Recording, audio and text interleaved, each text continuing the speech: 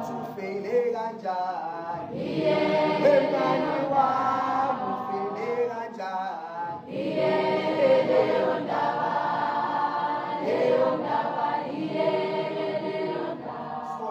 Guys, we have a topic which is called the thermoregulation. It is called what? Thermoregulation. They got this school man endocrine and homeostasis, and we said we have 5 negative feedbacks. Yes. In the negative feedback, your blood sugar level, your dioxin, your carbon dioxide, your salts, and what? And water. All of these 5 they belong to endocrine. There's only one that belongs to exocrine. Why? Because exocrine unit produces juices, and these juices are hammer by ducts. Do you understand? It produces any juices, and these juices are hammer by any ducts. Best ducts and juices are to the exterior. Generally, example of an exocrine gland, we have a sweat gland. A sweat gland it produces any sweat. It sweats a hammer by any sweat ducts. A sweat ducts is sweat to the surface of the skin, to the exterior. See what I make. Do you understand? Yes. So when we're talking about thermoregulation, we are talking about the regulation of the temperature in our body. And yes. There are 2 structures in our body that regulate the temperature. It is the brain and what? And the skin. It is the brain and the what? And the skin. Which part of the brain regulates the temperature? The hypothalamus. Which part of the brain regulates the temperature? The hypothalamus. The function the hypothalamus is T-paste. T-paste. Now T-paste to T represents temperature. P represents pressure of blood. A represents appetite.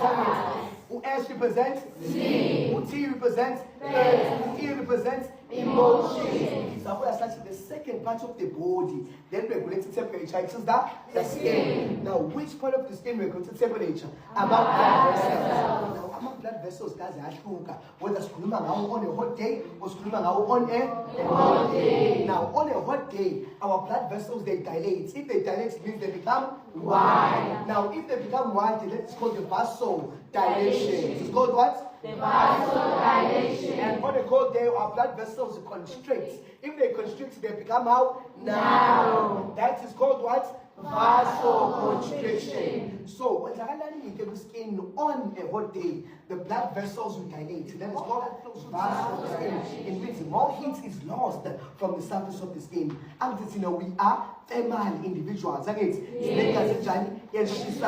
Therefore, if more heat is lost from the surface of the skin, it means more blood will flow to the sweat glands. Because the sweat glands is from the blood vessels. Liana, do you understand? Yes. So from the blood vessels, Liana. Therefore, more blood flows to the sweat glands. And the sweat glands, they behave like a cake. If you give ushwela or sweet to inani, it becomes more active. Same as the sweat glands. If you give them more blood, and the sweat glands, they do what? They become more active. And if they become more active, it means they release more sweat. It means they release what? More sweat. And the sweat, is appears to the surface of the skin. You have the sweat.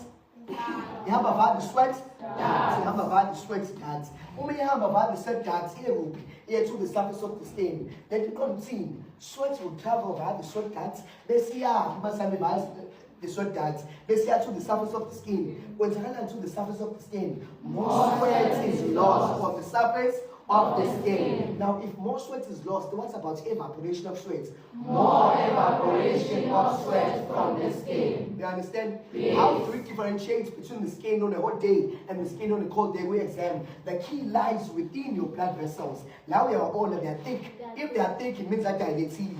Now we are all they are what? They are thin. Uma thin, it means that they are constricting. Best we are failing. Umuntu futhi akafunde